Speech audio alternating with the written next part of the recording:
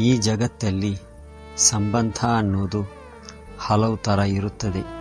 ಆದರೆ ಯಾವ ಸಂಬಂಧವಾದರೂ ಸರಿ, ಅನಿವಾರ್ಯಕ್ಕೂ ಅಥವಾ ಒತ್ತಾಯಕ್ಕೂ ಯಾರನ್ನೂ ಕೂಡ ಉಳಿಸಿಕೊಳ್ಳಲು ಪ್ರಯತ್ನಿಸಬಾರದು. ಯಾಕೆಂದರೆ ಅದು ಹೆಚ್ಚು ಸಮಯ ನಮ್ಮ ಜೊತೆ ಉಳಿಯಲಾರದು.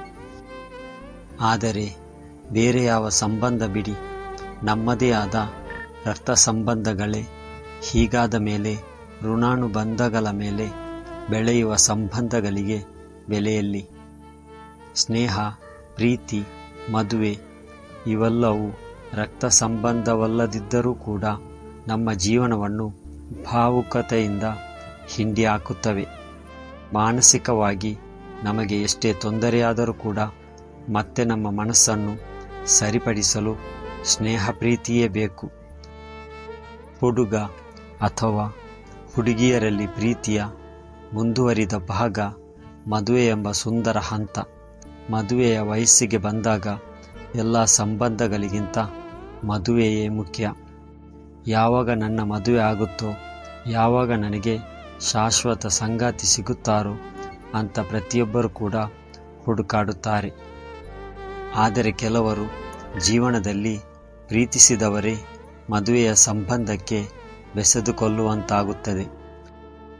ಇನ್ನೂ ಕೆಲವರಿಗೆ ಪ್ರೀತಿಯ ಸಂಬಂಧ ಮುರಿದು ಮದುವೆಯ ಸಂಬಂಧ ಬೇರೆಯವರ ಜೊತೆ ಶುರುವಾಗುತ್ತದೆ.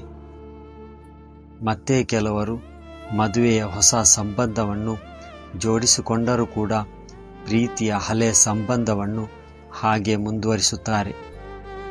ಆದರೆ ಒಂದು ಸಂಗತಿ ನೆನಪಿಡಿ, ಎಷ್ಟೇ ಪ್ರೀತಿಯ ಸಂಬಂಧವಾಗಿದ್ದರೂ ಕೂಡ ಅದರಲ್ಲಿ ಕೊರತೆಗಳಿರುತ್ತದೆ.